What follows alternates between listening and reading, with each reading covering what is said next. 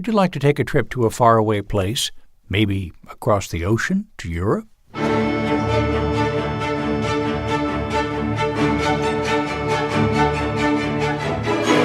It was very popular many years ago for people to take a long journey called the Grand Tour, to experience the art and culture of the cities of Europe. Now it's your turn to take a grand tour with the National Symphony Orchestra in its Young People's Concert, A World of Music, a trip through the Kennedy Center's Hall of Nations. The Hall of Nations features the flags of all the countries we consider to be our friends around the world. But don't worry, you won't need a suitcase, you won't need a passport, you won't even need to leave your chair. The orchestra will bring those countries to you. When you attend the concert, you'll hear the works of composers from all over Europe, including Austria, Russia, Norway, Great Britain, Italy, Hungary, France, and Spain. If you don't speak Russian, Italian, or even Hungarian, you won't have to worry about that either. Music is an international language that everyone understands because music can speak to you without words. Don't believe me? Let's ask a composer from the Czech Republic. How's the weather over there?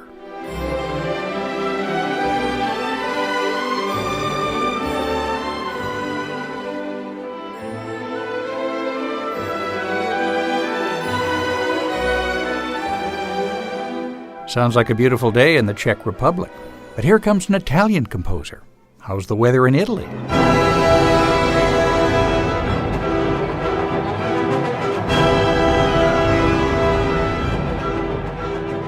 What do you think? Better pack an umbrella. We might also want to take something along to track time, because we're not only traveling across the continent, we're traveling across centuries too. We'll sample some music from the 1600s, a little from the 1700s and 1800s, and some from the 1900s. It'll be just like sampling different flavors of ice cream. During our musical tour, you'll learn how composers in different countries were inspired to paint pictures, show their emotions, describe events, and even tell stories using only their music. You'll also learn some of the basic tools in a composer's toolbox that allow him to make the music so expressive. And as we move from place to place, music will be our guide as we attend bullfights in Spain,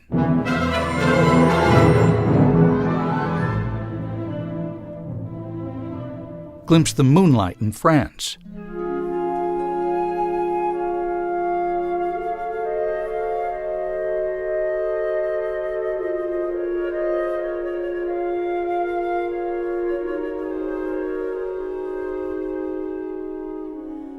and join in a Hungarian folk dance.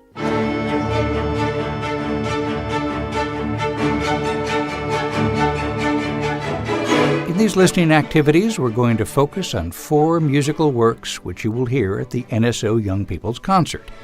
We'll start in Austria with Wolfgang Amadeus Mozart's 29th Symphony.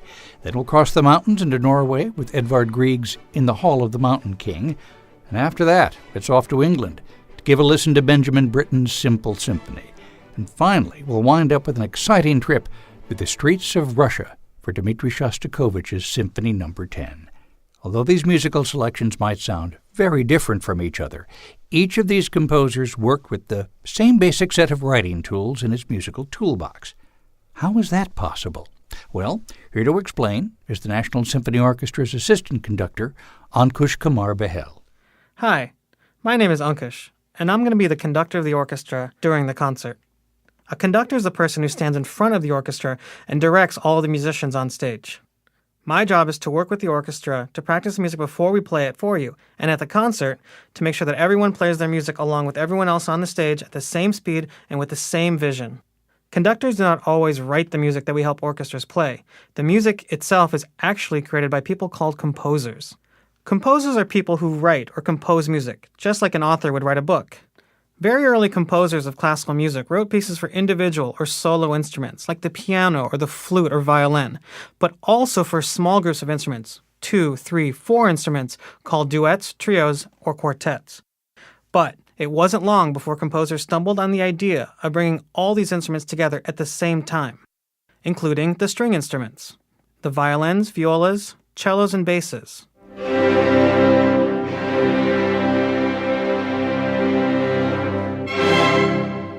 The woodwind instruments, These are the flutes, the oboes, clarinets, and bassoons.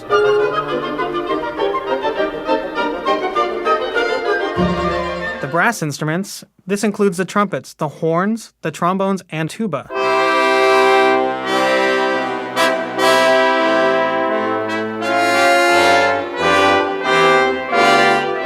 And we can't forget the percussion instruments. You know how they can get when they're not invited to the party. These composers had the wonderful imagination to have all these instruments play at the same time. Great!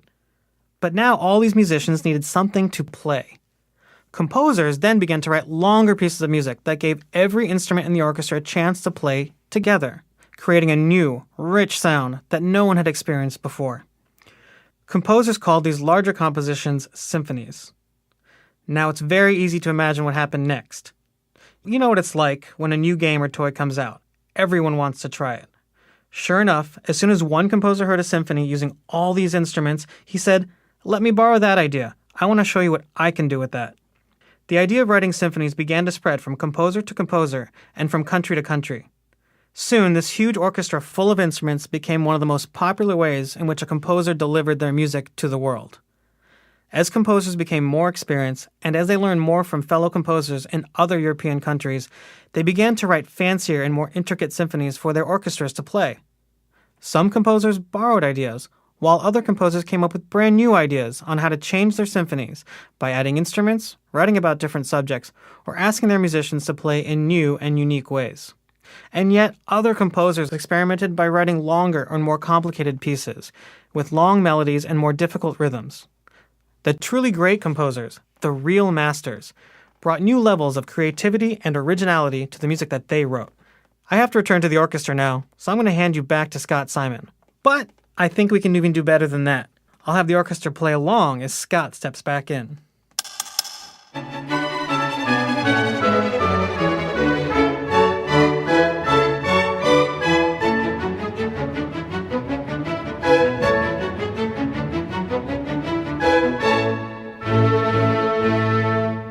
A conductor conducts an orchestra as it plays the music that a composer composes. So how does a composer do it? We can't pretend it's easy, but there are some simple tools that every composer uses when he writes a melody. One tool is pitch, and the other tool is rhythm. Pitch refers to whether a note sounds high or low.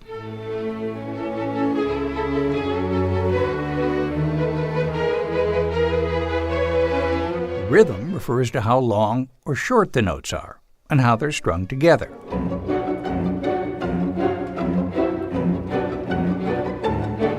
When composers combine higher notes, lower notes, shorter sounding notes, and longer sounding notes into a combination that sounds great and gets stuck in your head, they've written a melody.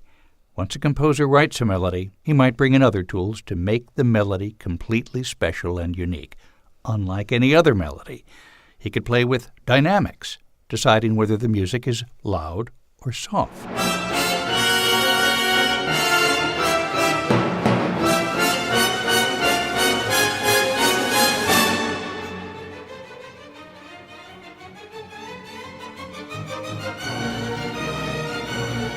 He may change the tempo or the speed of the music to make things go faster or slower.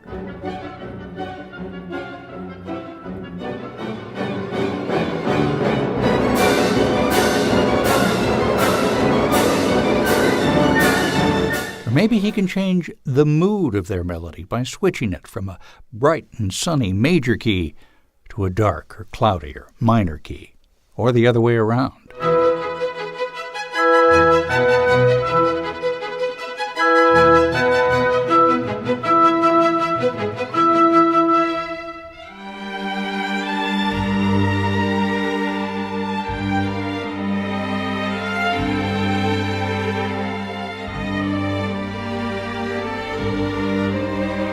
We'll visit these ideas again as we land in each country, but for now, let's say bon voyage to the classroom and set off on our grand tour of Europe. The first stop on our grand tour is Salzburg, Austria, the birthplace of Wolfgang Amadeus Mozart. Austria is a beautiful country, with deep forests, high mountains, and lots of famous composers. We can ride in a horse-drawn carriage and maybe stop for a taste of apple strudel. Mozart Symphony No. 29 provides a terrific opportunity to listen for the pitch in music. Now, pitch, you'll remember, describes how high or low the notes sound. You might already know these notes by their syllable names. Do, re, mi, fa, sol, la, ti, do. And you probably know how to read them using letters. For example, C, D, E, F, G, A, and B. To get from one note to another, a composer might repeat the same pitch, take a small step higher or lower, or write a greater leap from a low note to a high note, or a high note to a low note. A composer can use high notes, low notes, and any number of notes in between. One thing that Austrian listeners loved about Mozart's music was that they could never predict what he was going to do next in his melodies. He loved to make his pitches skip, jump, run, roller skate, and play hide-and-seek. Let's look carefully at how he constructed this famous melody. As you listen to Mozart Symphony No. 29, you may hear the music start with a big leap from a high note to a low note, followed by a bunch of repeated notes, followed by a tiny step up and back down again.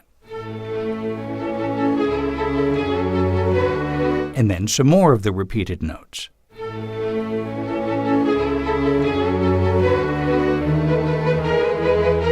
Let's listen again. First the big leap, then the repeated notes, then the step, then more repeated notes, then he does it again.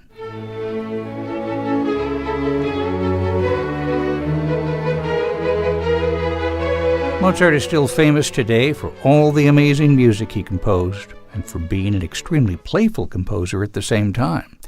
Let's listen to Mozart play around with his pitches.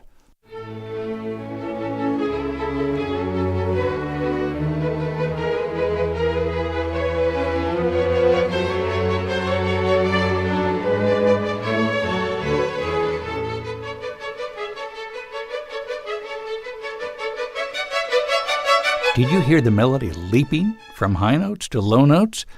Let's listen to that much again. And this time, let's play a game called Woofers and Tweeters. Woofers, listen for the low notes. Tweeters, listen for the high notes. Whenever woofers hear a low note, they stomp their feet. Whenever tweeters hear a high note, they snap their fingers over their heads. Get your hands and feet ready.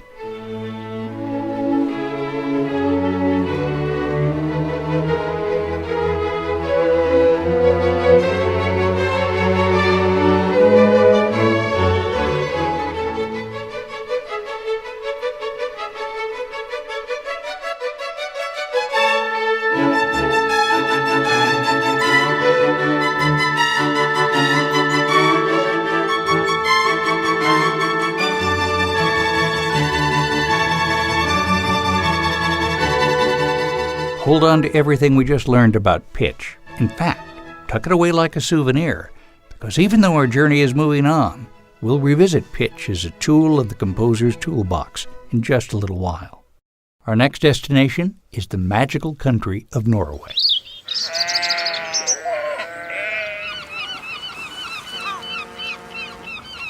Norway is a beautiful and often very cold country located on the northern edge of Europe, marked with dramatic snow-capped mountains and breathtaking icy cliffs where the sea slips between the mountains.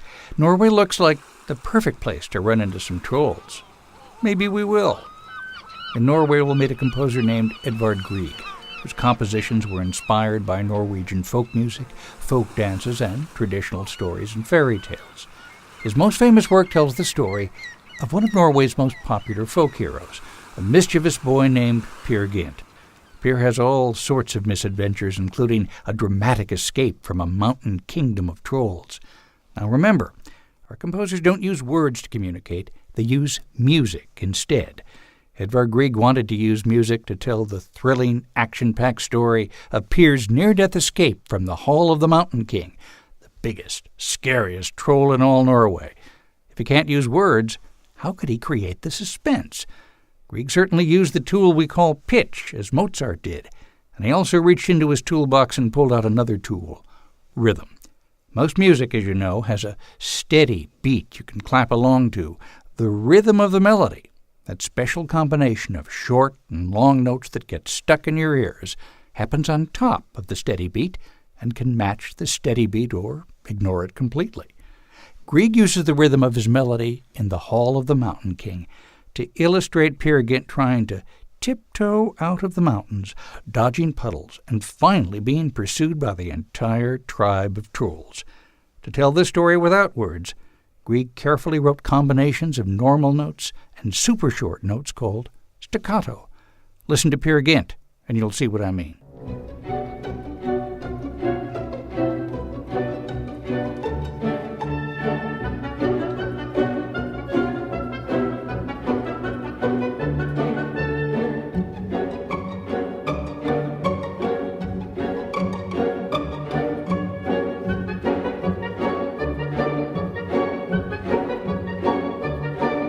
Can you hear him creeping about? Did you hear Grieg playing with the rhythms of the melody? Let's listen to the very beginning, and we'll then fast forward to the end of the composition. See if you can hear how Grieg changed the music to show that the trolls were chasing Peer and hot on his tail.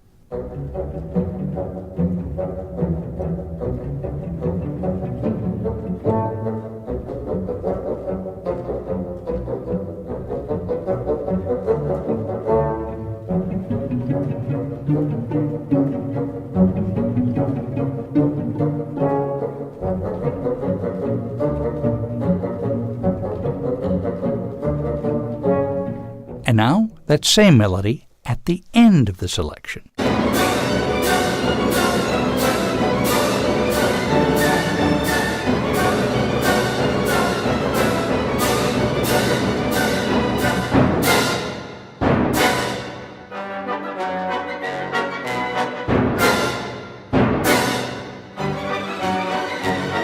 The music is being played much faster. Grieg didn't just play with the rhythm of his notes, he also used another one of the composer's tools, the tool called tempo. Tempo controls the speed of the music by having the orchestra play faster or slower. Here, Grieg is using what composers call accelerando, an Italian word meaning that the music accelerates or gets faster as it's played. In fact, the whole of In the Hall of the Mountain King is one long, slow accelerando from beginning to end, but it happens so gradually that an audience might not notice. Composers might also use andante for slow or allegro for fast. If you were tiptoeing around the Hall of the Mountain King, what tempo would you choose for your steps? Andante, allegro, or slow accelerando when you see the trolls coming? Listen for the choice Grieg made for the music. Also keep your ears open for that accelerando. Anytime you hear the music start to quicken, roll your fist like you're cranking an engine until you can match the new pace of the music. Give yourself a break and let other students take over the cranking because you're going to get tired before Peer Gynt escapes that mountain. But feel free to start up your own crank again anytime you want.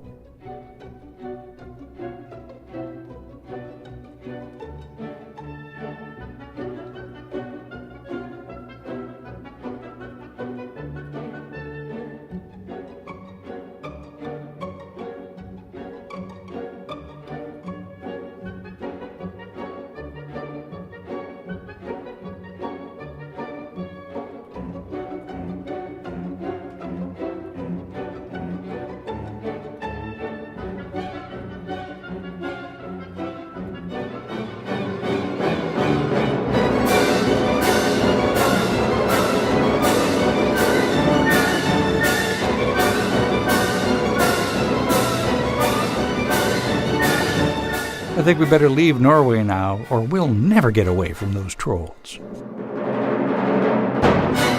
The next stop on our grand tour is a visit to merry old England.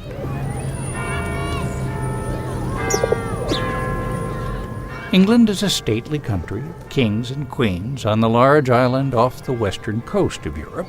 Today, England, together with Scotland, Ireland, and Wales, make up the United Kingdom. Here in England, we'll meet a British composer who tried to express emotions in his music. Benjamin Britten wrote his Simple Symphony when he was only 20 years old. It was one of his very first compositions. He sketched the first ideas for the music when he was very young. There are 4 short movements, or sections, in a simple symphony. The one we're going to listen to is called Sentimental Sarabande. The word sentimental means emotional or full of strong feelings. Sarabande means a stately dance. Listen to the music and see if you think Sentimental Sarabande seems like a fitting title.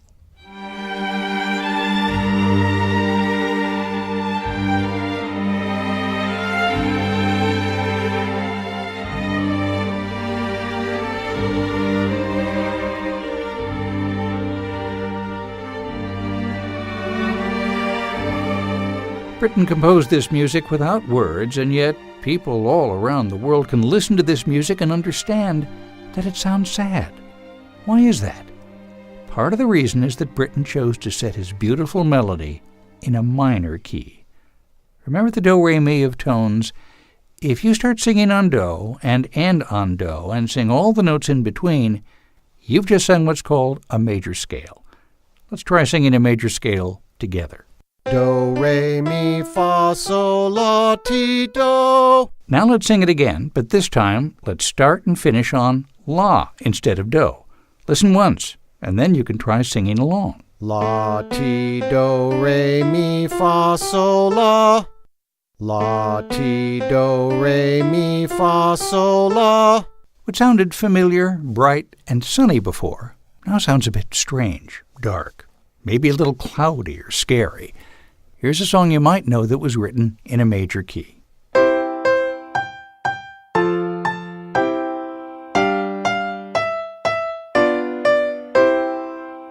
Now let's listen to that same melody, but shifted into a minor key.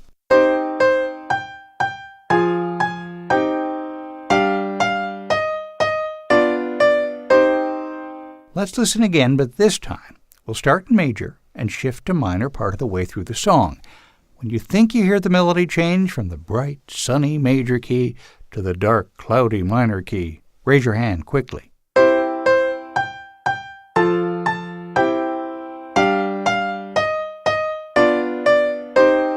By shifting the starting and ending tone from do to la, the music acquires a solemn, sad, dark, some might even say a slightly scary quality.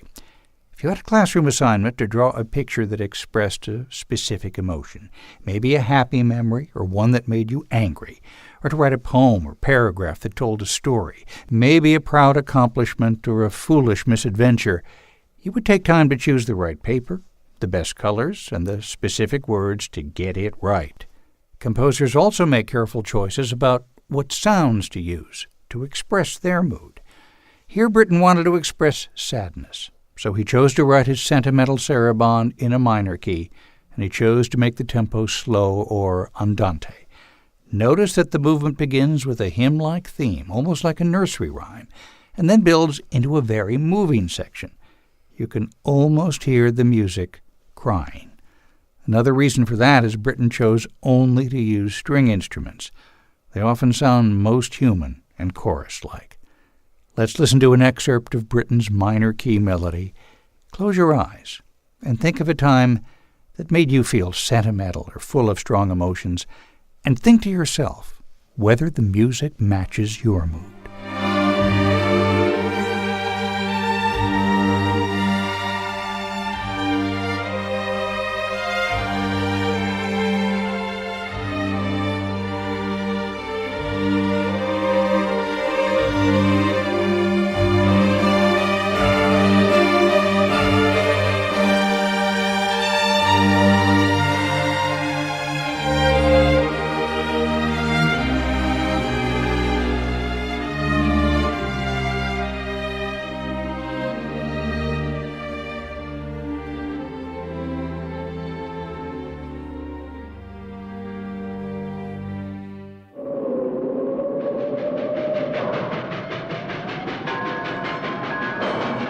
The furthest point in our journey is Russia, the largest country in the world and the only country to be in 2 continents. Over time, Russia has had many changes of government and has been known by different names. Russia, the USSR, the Soviet Union, then Russia again. But the culture of the people who live there has stayed strong for thousands of years. When Dmitry Shostakovich was a boy in the early 1900s, war broke out in Russia. The country became a scary place as the new government sent its threatening army to control the people. Instead of the sound Shostakovich was used to, he now heard sounds like this.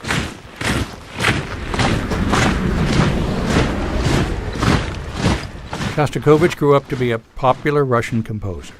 At the same time, a cruel man named Joseph Stalin came to power. Stalin didn't like what he heard in Shostakovich's music, and he threatened that if the composer did not stop writing music, he would be thrown in jail, or worse. In time, Stalin died, and Shostakovich was finally able to compose his 10th Symphony. He used the music to express how hard life was under Stalin. He also wanted to inspire Russians to fight for their freedom. So how do you describe a tank without words? How do you describe the determination of a country full of people without words? Shostakovich went into his composer's toolbox, and he pulled out the same tools that Mozart, Grieg, and Britten used. He used pitch, the high notes and the low notes. He used rhythm, the long notes and the short ones. He used slow and fast tempos. He worked with major keys and minor keys. And he also grabbed a tool called dynamics. Musicians in an orchestra can play very quietly or very loudly. The conductor controls the volume. The composer of the music also leaves instructions as to when he wants the volume to be changed. A composer signals that he or she wants the music to be soft by writing a P in the score. The P stands for piano, which is Italian for soft. If the composer wants the music to be loud, the score indicates an F for forte, which is Italian for strong. If the composer intends for the music to be extra soft, he adds more Ps. The score might read P, P, P, P, P. And of course, if the composer wants the music to be loud, she might write F, F, F, F, F, F, F. So let's listen to what Shostakovich did with dynamics. You'll hear that he also made specific choices regarding tempos and instrumentation. Remember that allegro means fast. In the allegro movement of the 10th Symphony, Shostakovich delivered non-stop military drums, swirling strings, racing woodwinds, and blaring brass.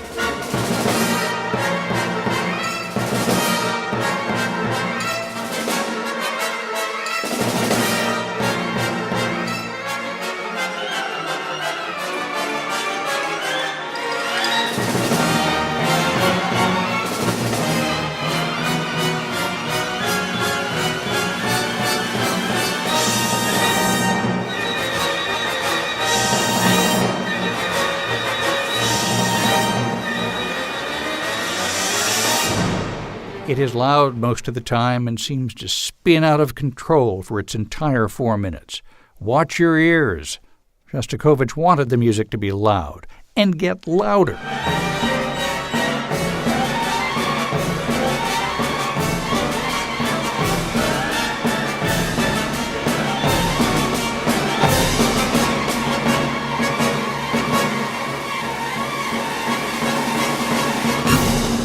Just before the ending of the movement, Shostakovich decided to make the music become suddenly very quiet before it builds back up again and reaches a rousing finale. Composers use another Italian word for these sudden changes in music, subito. Let's listen to that particular portion and listen to see if you catch that subito moment when the orchestra gets very quiet before raising the roof at the end.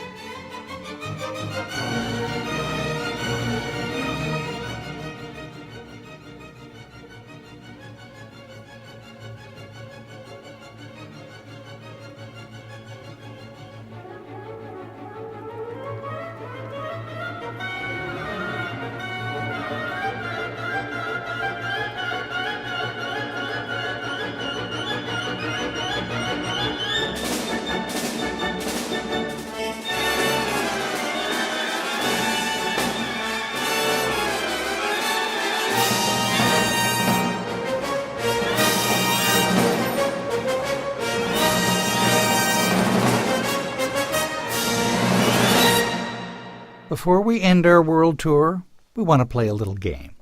We'll play a brief excerpt from the concert program, You don't have to identify what country it came from, but you do have to say what the composer is trying to express without words. Composers communicate without words, but you can use your own words to play this game. In these activities, we looked at 4 works in the NSO Young People's Concert. In Austria, Wolfgang Amadeus Mozart's music was playful. In Norway, Edvard Grieg told us an exciting story about trolls. In England, we had a good cry with Benjamin Britten. And in Russia, Dmitri Shostakovich told us about the Russian people's struggle to get the tanks out of their streets and to find freedom. We'll play an excerpt, and you say what it's about. Be sure to talk about the ideas the composer is sharing and what tools he used. Here's the first selection.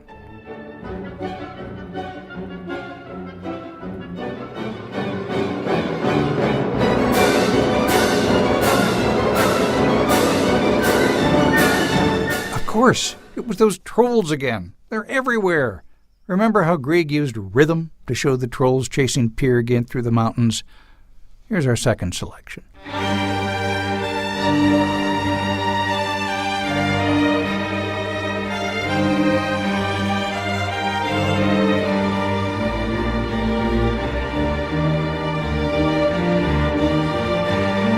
If you guessed that sad melody that Benjamin Britten wrote in England, that's correct.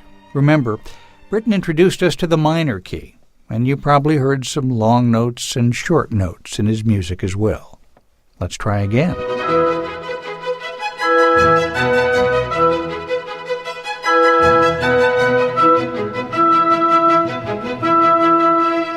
That's the playful music of Mozart's Symphony No. 29.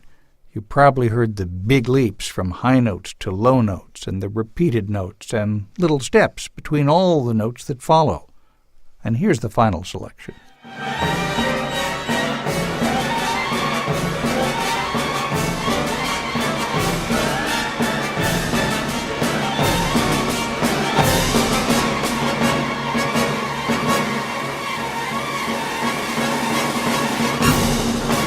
Of course, that's right. We're back in Russia. Long notes, short notes, high notes, low notes, major keys, minor keys. Last but not least, sudden changes of loud and soft dynamics. When you come to the Kennedy Center, you'll be able to find the flags of these and many more countries in the Hall of Nations. Don't forget to look online for additional information about the Hall of Nations and other activities related to this program. We look forward to seeing you at the National Symphony Orchestra's A World of Music concert.